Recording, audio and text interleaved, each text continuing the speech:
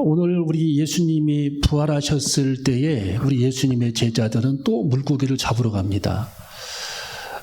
갈릴리 호수에서 물고기를 잡으러 갔는데 그들이 물고기가 이제 밤새도록 안 잡히니까 굉장히 그들이 근심하고 수심에 잠겨 있었거든요. 그럴 찰나에 날이 새어갈 때쯤 해가지고 해변에서 누가 너희들에게 물고기가 있느냐라고 질문을 합니다. 날이 새어갈 때에. 예수님의 제자들은 예수님인 줄 몰랐거든요. 근데 예수님이셨거든요, 그분이. 그러니까 예수님은 늘 제자들에게 관심이 많은 겁니다. 예수님은 우리 교사들에게 관심이 많고 한 영혼들에게 관심이 많고 산상수훈을 제자들에게만 말씀해 주셨어요. 예수님이. 씨 뿌리는 비유도 제자들에게만 말씀하신 거예요. 오늘 여러분들이 이 주님의 사랑을 많이 받고 예수님의 제자들을 사랑하신 같이 여러분이 주님의 사랑을 많이 받는 그리스도인이 되어줘야 할 줄로 믿습니다. 그래서 이제 제자들이 물고기를 못 잡았으니까 깊은 곳에 그물을 내려 고기를 잡으라고 말하니까 그들이 일단 누군지는 모르겠지만 깊은 곳에 그물을 던져 고기를 잡으려고 시도를 했는데 팔뚝만한 고기, 성경에 보면은 그냥 물고기가 아니라 큰 물고기, 던져봐야 투망입니다. 조그마한 투망, 거기에 153마리가 잡혔다고 생각해 보세요. 팔뚝만한 물고기가 1cm 간격도 이건 많은 거예요. 촘촘하게 그 그물에 물고기가 잡혔다라는 거거든요. 팔뚝만한 물고기가. 그러니 제자들이 충격이죠. 밤새도록 그렇게 안 잡히던 고기가 단 한 번에 한 마리가 잡힌 것도 아니고 그 조그마한 투망에 153마리가 꽉 차게 잡혔으니 충격적이지 아니할 수가 없었던 겁니다. 보니까 예수님인 것 같다라고 제자들이 말하는데, 자, 성경을 한번 읽어봅니다. 자, 우리 4절, 5절, 21장 4절, 5절 시작. 날이 새어갈 때에 예수께서 바닷가에 서셨으나 제자들이 예수신 줄 알지 못하는지라. 5절, 예수께서 이르시되 얘들아 너에게 고기가 있느냐? 대답하되 없나이다. 6절 시작. 가라사대 그물을 배 오른편에 던지라. 그리하면 얻으리라 하신대 이에 던졌더니 고기가 많아 그물을 돌 수 없더라. 자, 그물을 배 오른편에 던져서 물고기를 그들이 잡았는데 7절을 한번 읽어봅니다. 시작. 예수의 사랑하시는 그 제자가 베드로에게 이르되 주라 하시니 시몬 베드로가 벗고 있다가 주라 하는 말을 듣고 겉옷을 두른 후에 바다로 뛰어 내리더라. 자, 예수의 사랑하시는 제자는 요한을 두고 말하는 거고, 요한이 예수님 같다라고 얘기하는 거예요. 예수님 같다. 분명히 예수님이 맞을 거야라고 얘기하니까 이 베드로가 바다로 강에 다이빙을 해서 헤엄쳐서 갔다. 노를 저어서 가면 되는데 90m밖에 안 되니까. 자, 8절을 한번 읽어봅니다. 8절 시작. 다른 제자들은 육지에서 산 거가 불과 한 50간쯤 되므로 작은 배를 타고 고기 든 그물을 끌고 와서, 자, 50간은 90m죠. 9절을 읽어봅니다. 시작. 육지에 올라보니 숯불이 있는데 그 위에 생선이 놓였고 떡도 있더라. 자, 우리 예수님께서 이제 배를 몰고 와 보니까 예수님이 이미 숯불을 거기다 피워놓으셨어요. 숯불. 이미 예수님께서 물고기를 준비해 오셔가지고 숯불에 그 물고기를 굽고 계셨다라는 겁니다. 굽고 계셨다. 자, 그러면서 10절을 한번 읽어봅니다. 10절 시작. 예수께서 가라사대 지금 잡은 생선을 좀 가져오라 하신대. 아멘. 자, 맥 다니엘이라고 하는 그런 신학자는 예수님이 제자들을 위해서 숯불을 준비했다. 그리고 이제 물고기도 우리 예수님이 준비해 오셨다. 제자들이 이미 배가 고프다. 밤새도록 그물을 던졌기 때문에 얼마나 배가 고프겠어요. 그러니까 제자들의 배를 채워주기 위해서 우리 예수님께서 물고기를 이미 준비해 오신 겁니다. 숯불도 준비하셨고 불을 준비하신 거죠. 생선을 준비하신 겁니다. 물고기를. 그리고 물고기만 먹으면 배가 고프니까 탄수화물을 먹어야 되거든요, 사람이. 그러니까 탄수화물도 우리 예수님이 준비하신 거예요. 그러니까 참 이 생각이 굉장히 우리 예수님께서 배려가 깊으신 거고 생각이 깊으신 겁니다. 이 물고기만 주면 배고프다고 말할 거 아니에요. 여러분이 생선구이집에 가서 밥은 안 주고 생선구이만 먹고 나와서 그러면은 뭔가 이게 빠진 느낌이 들잖아요. 한 30%는 빠져 있구나. 그래서 이 예수님이 탄수화물도 준비했다. 떡을 준비하셨어요. 이 떡도 불에 구워서 이렇게 먹게 되는데 신라호텔의 그 주방장이 하는 얘기가 이 떡을 그 빵을 불에서 구워 먹으면 더 맛있다라고 얘기해요. 더 맛있다. 빵이든 떡이든 불에 구워 먹으면 더 맛있다라는 거예요. 우리 예수님이 떡도 준비했고 숯불에 생선에 떡도 그렇게 해서 먹게 되었다라는 겁니다. 자, 10절을 한번 읽어봅니다. 시작. 예수께서 가라사대 지금 잡은 생선을 좀 가져오라 하신대. 아멘. 자, 맥다니엘 그 신학자는 이런 얘기를 하죠. 우리 예수님께서 자기가 준비한 생선이 작아서 그런 것이 아니라 우리 예수님은 충분한 생선을 준비해 오셨는데 물고기를 준비해 오셨는데 지금 잡은 생선을 가져오라고 말씀하신 것은 최선의 것을 우리 예수님은 선택하신 것이다. 그런 얘기를 하고 있어요. 가장 싱싱한 것, 최선의 것. 여러분, 우리들은 하루 24시간이 우리들에게 누구든지 주어지지만 그 24시간을 최선의 기쁨을 가지고 최선을 다해 감사함으로 하루를 살아가는 사람들이 있는가 하면 그냥 시간을 낭비해 버리는 경우도 있어요. 여러분이 오늘 저녁 시간이 남았잖아요. 그냥 저녁 시간을 보내는 사람도 있고 무의미하게 보내는 사람도 있지만 최선의 기쁨을 누리면서 감사함으로 그 저녁 시간을 선택하는 사람도 있다라는 겁니다. 날마다 짧은 시간이지만 1시간이라 할지라도 오늘 그리고 내일 금년 1시간 1시간 이것도 하나님께서 우리들에게 주신 그런 시간들을 최선을 다해서 기쁨을 누리면서 축제 분위기 속에서 누리는 삶을 살아가는 저와 여러분이 되어줘야 할 줄로 믿습니다. 지금 잡은 생선의 의미는 최선을 항상 선택하라. 어떤 상황이든 최선을 선택하라. 어떤 상황이든지 최선의 기쁨을 선택하라. 어떤 상황에서든지 최선의 행복을 선택하라. 하나님께서 우리들에게 주시는 은혜고 메시지입니다. 우리는 선택할 권리가 있어요. 예. 여러분은 선택할 권리가 있습니다. 누릴 자유가 있어요. 행복을 누릴 권한이 있습니다. 행복을 침해받지 않을 여러분에게 자유와 권한이 있는 거죠.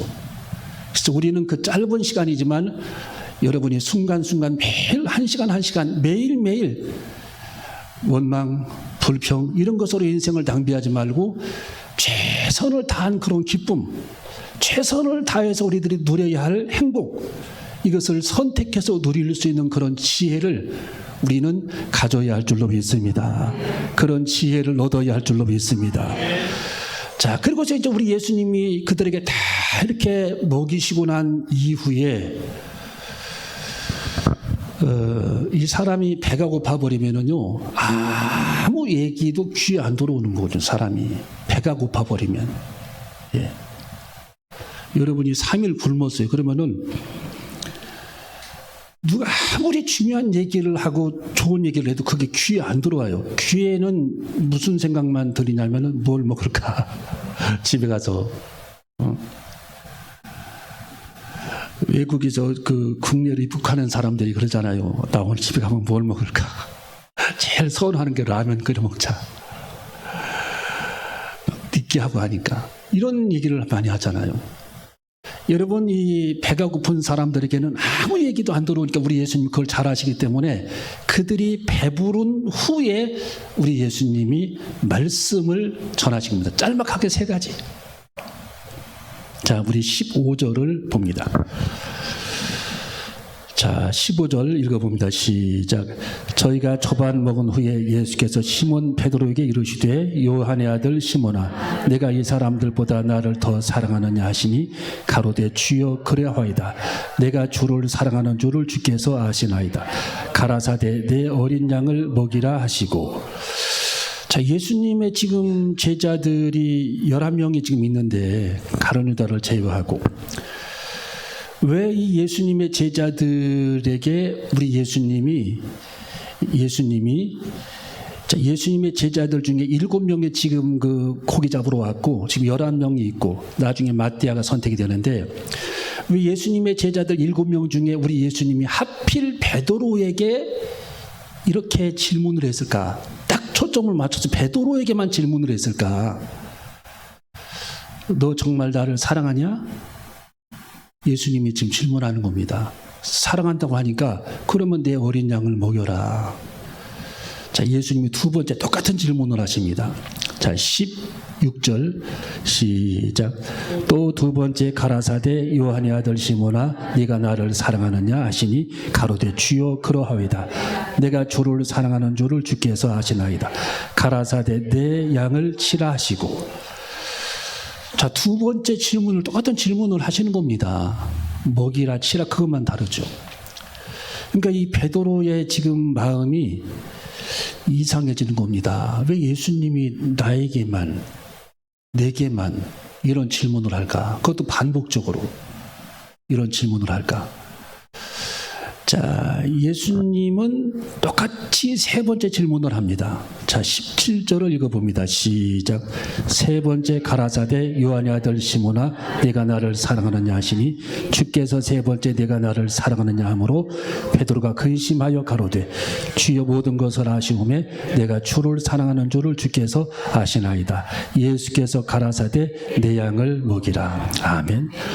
내 어린 양을 먹이라. 첫 번째. 두 번째, 내 양을 치라. 세 번째, 내 양을 먹이라. 이 원문 성경에는 내 어린 양을 먹이라. 두 번째는 내 어린 양들을 돌봐줘라. 세 번째, 내 어린 양을 먹이라. 이렇게 나와 있거든요. 그러니까 이 교사들, 우리 그리스도인들이 양떼들을 가리키고 먹일 때에 하나님의 말씀을 그들에게 먹여야 되고 먹일 뿐만 아니라 그들을 돌봐줘야 된다. 돌봐줘야 된다. 예, 가르칠 뿐만 아니라 돌봐줘야 된다. 돌봐줘야 된다. 페스탈로치라고 그 교육학자가 이런 얘기를 했거든요. 사람은 1m 내에서만 변화된다. 멀리서 뭐 해라 하면 안 듣는다라는 거예요. 가까이서 그에게 귀에다 대고 속삭이고 쓰다듬어주고 속삭이고 교정해주고 속삭이고 이렇게 할 때 사람이 바뀐다라는 거예요. 멀리서 대고 소리 질러봐야 안 바뀐다라는 거예요. 사람은 1m 안에서만 사람은 변화된다라는 1m 안에서. 그래서 제자들이 필요한 거예요. 그래서 제자 교육이 필요한 거고 1m 안에서. 예. 여러분 제주도의 말이 그 육지말하고 틀리잖아요. 다 함축적으로 말이 되어 있어요. 왜? 너무 이게 바람이 많이 불고 바람 소리가 들리니까 길게 문장으로 얘기했다가는 무슨 얘기인지 못 알아들으니까 함축적으로 말을 함축적으로 하다 보니까 말이 짧아진 거예요. 제주도 말이. 어느 학자들은 그렇게 얘기를 했어요. 멀리 있는 사람한테 막 바람이 확 불고 하는데 휘 하는데 막 길게 편지 읽듯이 문장으로 얘기하면 하나도 못 알아들으니까 짧게. 예. 제주도말 아는 사람. 없어 얘 막 이런 말도 있고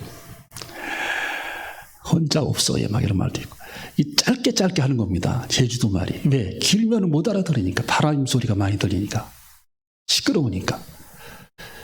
여러분 예수님도 지금 조용한 그런 정적의 상태에서 베드로를 지목해서 너 나 사랑하느냐 사랑한다고 하니까 내 어린 양을 먹이라 내 어린 양을 치라 내 어린 양을 먹이라 돌봐줘야 된다 말씀으로 먹여야 된다. 이것은 베드로가 마음이 자꾸 바뀌기 때문이라는 거예요. 바뀌기 때문에 공작색처럼 베드로가. 야, 여러분 예수님의 제자들을 여러분 조사한 그런 내용을 여러분 다 알죠. 어느 정도는 알죠. 예수님의 제자들 중에 베드로만큼 실수를 많이 한 사람이 없어요. 성격은 다혈질이에요. 다혈질 베드로가. 그리고 이 베드로의 그 마음은 다혈질인데다가 굉장히 성격이 급합니다. 베드로가. 예수님께서 부활하셨을 때에도 요한하고 이 베드로하고 동시에 예수님께서 부활했다라고 말하니까 무덤으로 들어갔거든요. 예수님의 무덤.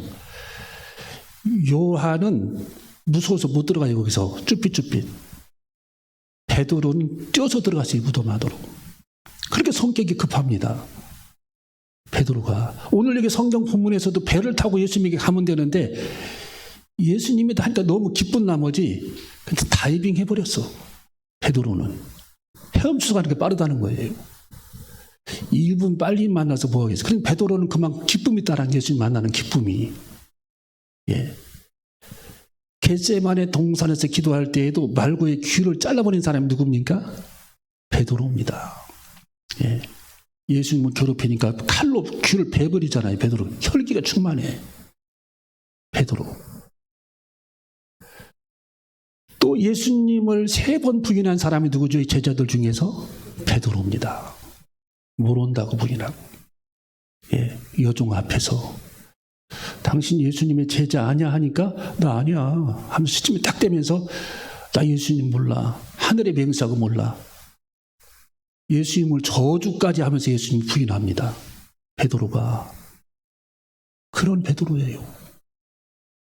그러니까 이 좌충우돌 성격이 다혈질, 혈기충만 그러니까 안 좋은 건 다 갖고 있어요. 베드로가. 자꾸 마음이 변하는 거. 올 때 갈 때 마음이 바뀌어. 이런 마음이 베드로의 마음속에 있는 겁니다. 베드로의 마음속에. 예수님은 예수님의 그 제자들 지금 7명 제자들 중에 여기 성경에 나오는 지금 본문에서는 7명 나왔거든. 7명 제자 중에 가장 걱정되는 게 베드로예요. 베드로. 앞으로 얘가 정말 잘할 수 있을까? 앞으로 이 베드로가 선교사로 잘할 수 있을까? 앞으로 로마에 가서 복음을 전할 때 잘할 수 있을까? 아니나 달라요. 이 베드로가 네로 황제 때 그 당시에 로마로 선교사로 갔는데 복음을 전하러 갔는데 네로 황제가 계속 이 선교사들을 잡아서 가두고 핍박을 하니까 이 베드로가 도망다니다가 이 짓 못 해먹겠다고 보따리를 싸고 예루살렘으로 돌아가려고 준비를 하고 가고 있는데 예수님이 그 앞에 딱 나타나셨어요. 예수님이. 유대인 전승에 나오는 이야기예요. 예수님은 이미 그걸 아신 거예요. 마음을. 얘가 분명히 마음이 변할 거야. 우리 예수님께서 그걸 아시고 베드로를 우리 예수님께서 주목하시면서 너 정말 나를 사랑해? 사랑한다고 말하니 그러면 내 어린 양을 먹여야 돼. 마음 변하면 안 돼.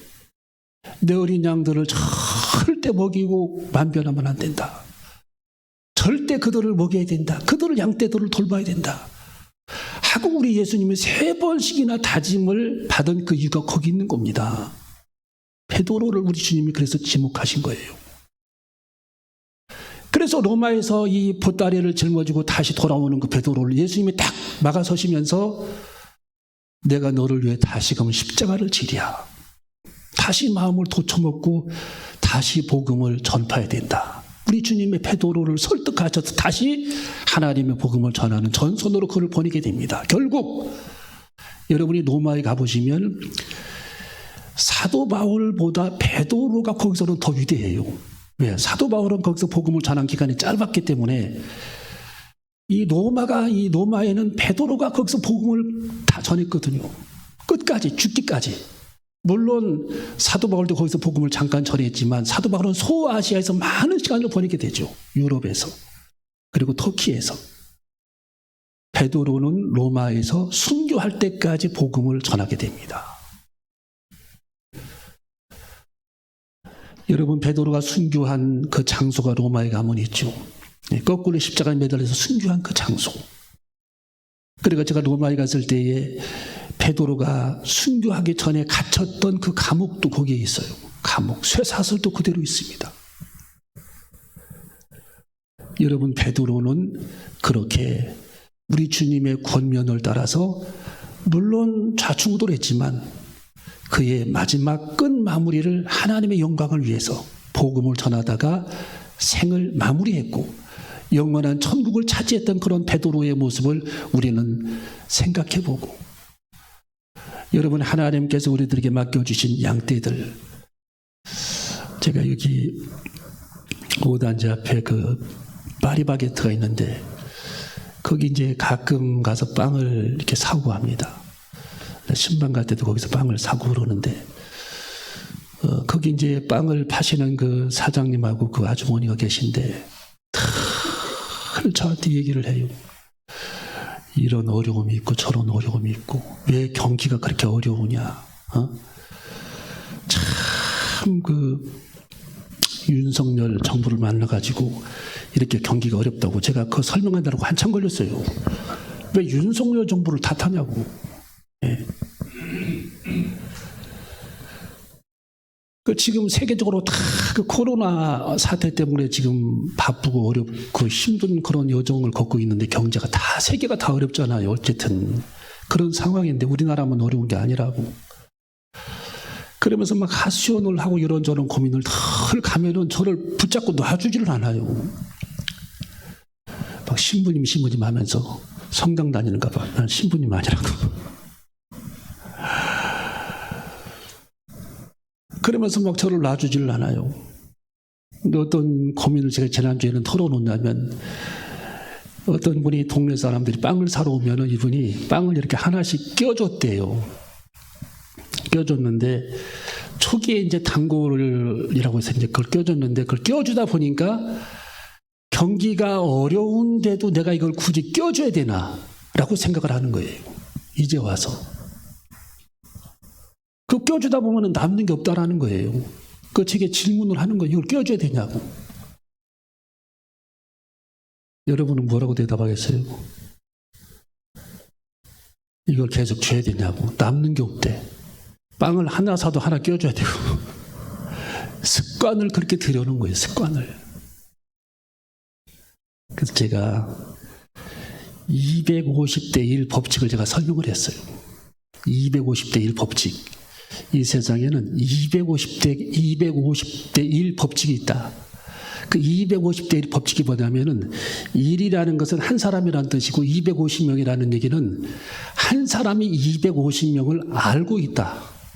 한 사람이. 여러분 결혼식장에 가면은 대개 200명, 250명 옵니다. 예.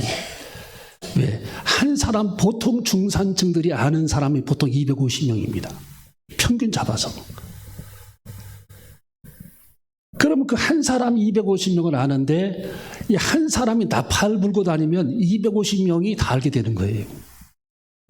한 사람이 나팔을 불고 악평을 하게 되면 250명이 다 거기에 젖어 들어가는 겁니다. 그 원리가 그래요. 그래서 한 사람의 단골이 생기면 250명이 금방 소문이 나는 거예요. 시간이 좀 걸리겠지만 250명이. 제가 그 설명을 하면서 그냥 주던 대로 주라고. 남는 게 없어도 그냥 주던 대로. 또 많이 살 때도 있지 않냐. 주던 대로 주고 그걸 하나, 그 조그마한 빵 하나 껴주는 걸 안 주면 그때부터 이제 250대 1의 법칙에 의해서 당신은 소문이 잘못 난다. 분명히 아마 뒤에서 안 좋은 소리를 하고 다닐 거다. 만변했다고. 그러니 주던 대로 주라고 했더니 막 무릎을 쳐요. 그게 해답인 것 같다고. 실천을 할지 안 할지는 모르겠지만. 여러분, 한 영혼을 우리들이 구원하게 되면 그들이 250명을 알고 있기 때문에 그들에게 복음을 전할 수 있습니다. 한 영혼을 구원하면. 그리고 한 생명 한 생명은 천하보다도 귀한 거예요. 천하보다. 예. 아까 기도한 내용처럼 정말 이 지구보다 더 귀해. 한 생명이. 여러분, 한 생명 한 생명이 이 지구보다 더 귀해. 예수님은 그걸 아시는 거예요. 한 생명. 여러분, 우리 예수님은 일관되게 천국 복음만 전하셨어요. 천국 복음. 여러분, 예수님 오신 목적이 뭡니까? 천국 복음이에요. 사도 바울은 천국 복음만 전했어요. 베드로도 천국 복음만 증거했습니다. 천국이 있다. 십자가를 통해 죄 사함 받고 나를 믿어 의인이 되어 천국에 와라. 그게 복음의 끝입니다. 그게 천국 복음이에요. 그러니까 우리는 이 천국 가는 게 우리들의 신앙의 본질이고 이 세상에서의 삶은 그냥 이 영겁의 세월에 비춰보면 한 점에 불과한 거예요. 이 세상에서의 삶은 한 점. 예. 짤막한 그런 삶을 우리들이 살아가는 것뿐입니다. 그리고 이제 영생의 세계가 시작이 되는 거예요. 영생의 세계. 그러니 얼마나 우리들이 하루하루가 기쁨이 있고 소망이 있습니까? 예.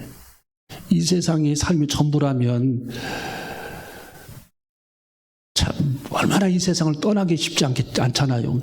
근데 이 세상에서는 한 점이고 영생의 세계가 이렇게 끝이 없는 영생의 세계가 남아있는데 그 세계를 우리들이 들어가야 되는데 예수 그리스도의 복음을 통해 예수 그리스도를 믿음으로 의롭다 칭함에 되어 하나님 앞에 의인이 되어 십자가의 구속으로 말미암아 우리 생명이 천국에서 부활해서 영생의 세계를 누리게 되는 그 축복을 우리들은 이제 남아있기 때문에 얼마나 우리들이 하루하루가 마음의 여유가 있고 기쁨이 있고 행복이 있어요. 그걸 누리시기를 바랍니다. 그런 축복을 여러분이 누리시기를 바랍니다. 이 세상 아등바등 살아갈 필요가 없습니다. 여러분 우리는 영생의 세계를 지금 기다리고 있는 겁니다. 영생의 세계. 예수님은 그걸 위해 오신 거고 지금 예수님께서 베드로에게 그걸 말씀하신 거고 그래서 그 양들을 먹여서 그들이 영생의 세계를 얻게 하라는 겁니다. 영생의 세계. 가장 중요한 핵심 포인트를 우리 주님이 찝어주시는 겁니다. 여러분 미국에 존 워너메이커라고 하는 분이 있었습니다. 이분은 그 23살 때에 그 옷장사를 했거든요. 그래서 옷 파는 그런 노하우를 이분이 익힌 다음에 그 필라델피아에다가 백화점을 세웠어요. 31살 때 백화점을 세워가지고 최초의 백화점이죠. 저분 최초의 백화점을 만든 거예요. 세계 곳곳에 백화점을 지금 많이 세웠는데 저분은 백화점을 운영하면서도 뭘 했느냐. 주일학교 교사를 60년을 했어요. 60년. 자, 백화점을 계속 하고 있는데 미국의 대통령이 이 워너메이커를 백악관으로 불러들입니다. 불러들여가지고 당신의 신앙, 당신의 인격, 사람들이 당신을 미국인이 칭송하는데 미국의 최신부 장관으로 제가 임명하기를 원하는데 허락해 주시겠습니까? 라고 질문을 합니다. 최신부 장관. 이분이 예스 그렇게 말하지 않았어요. 저는 거기에 별로 관심이 없습니다. 그리고 제가 최신부 장관을 하려면 조건이 한 가지 있습니다. 그게 뭐냐 하니까 저는 지금 주일학교 교사를 하고 있고 매주일 제가 필라델피아에 내려가서 비행기 타고 내려가서 거기서 내 교회를 섬기고 있는데 그 교회 썬데이 스쿨 어린이 주일학교에서 내가 아이들을 가르치고 있는데 그 일을 나는 감당해야 되는데 그 일을 감당하려면 시간도 거기 많이 들어가고 주일날은 꼭 교회에 와야 되고 토요일부터 준비를 해야 되는데 제가 비행기를 타고 필라델피아 나의 교회에 갈 수 있도록 배려해 주신다면 나는 최신부 장관을 할 수가 있겠고 그걸 뭐 배려를 못 하신다면 나는 못 하겠습니다. 왜? 내 본업은 주일학교고 내 부업은 내 사업입니다. 그러니까 부업에도 못 들어가는 거예요. 최신부 장관이. 예. 내 본업은 주일학교 교사라는 거예요. 주일학교 교사. 할렐루야. 여러분 미국에는 이런 영적 거인들이 참 많아요. 예. 아주 멋지지 않습니까? 예. 자기의 본업은 주일학교 교사라는 거예요. 본업이. 대통령 결국 수락을 했어요. 이분은 그 최신부 장관을 하면서도 매주 비행기를 타고 필라델피아로 내려가서 주일학교 어린아이들을 가리킵니다. 존 워너메이커가. 그리고 백화점을 통해서 많은 돈을 벌었는데 그걸 가지고 뭘 썼느냐. 세계 곳곳에 YMCA 건물을 세웠어요. YMCA 건물. 우리 청년들을 교육하는 그런 기관이죠. 아이들을 교육하는 그런 기관. 예, 말씀으로 가르치는 그런 기관. 한국의 종로 이가에도 이 존 워너메이커가 세운 YMCA 건물이 있어요. 한국의 종로 이가에도. 세계 곳곳에 자기 돈을 다 들여 세운 겁니다. 기독교 교육을 가르칠 수 있는 기관을 세운 거예요. 예. 여러분 대전에 YMCA 신협도 있죠. 신협. 예, 제가 몸담고 있었던 그 신협. 그 신업도 YMCA에서 파생된 거예요. YMCA에서. 여러분, 이렇게 존 워너메이커라고 하는 사람이 아주 막강한 그런 영향력을 가지고 하나님의 복음을 위해, 하나님이 주신 그런 물질을 가지고 하나님의 복음을 위해 헌신했고, 자기는 어린 생명들을 위해서 60년 동안 걸을 수 있을 때까지 하나님의 복음을 주일학교를 위해서 가르쳤던 사람이 존 워너메이커입니다. 어떤 기자가 질문을 합니다. 당신은 어디에 많이 투자를 했습니까? 무엇에 투자한 것이 가장 보람 있다고 생각을 합니까? 라고 질문을 하니까 이 존 워너메이커가, 나는 내가 정말 위대한 그런 투자를 한 분야가 있는데 얘기해 드릴까요? 나는 7살 때에 $2.75를 가지고 성경책을 산 투자가 내 인생의 가장 위대한 투자였습니다. $2.75로 산 성경책이 가장 인생의 귀한 투자라는 거예요. 여러분, 미국에는 저렇게 위대한 영적 거인들이 존재했습니다. 여러분들 영적 거인이 되어줘야 할 줄로 믿습니다. 우리 모든 그리스도인, 우리 늘사랑교회 모든 그리스도인, 대전에서 정말 제일 가는 그런 신앙인들이 모여있는 우리 재단, 늘사랑교회, 그리고 교사들이 되어줘야 할 줄로 믿습니다. 여러분, 결론적으로 다니엘 12장 3절에 보니까 많은 사람을 옳은 대로 돌아오게 하는 자는 천국에서 별과 같이 영원토록 빛나리라. 기도하시겠습니다.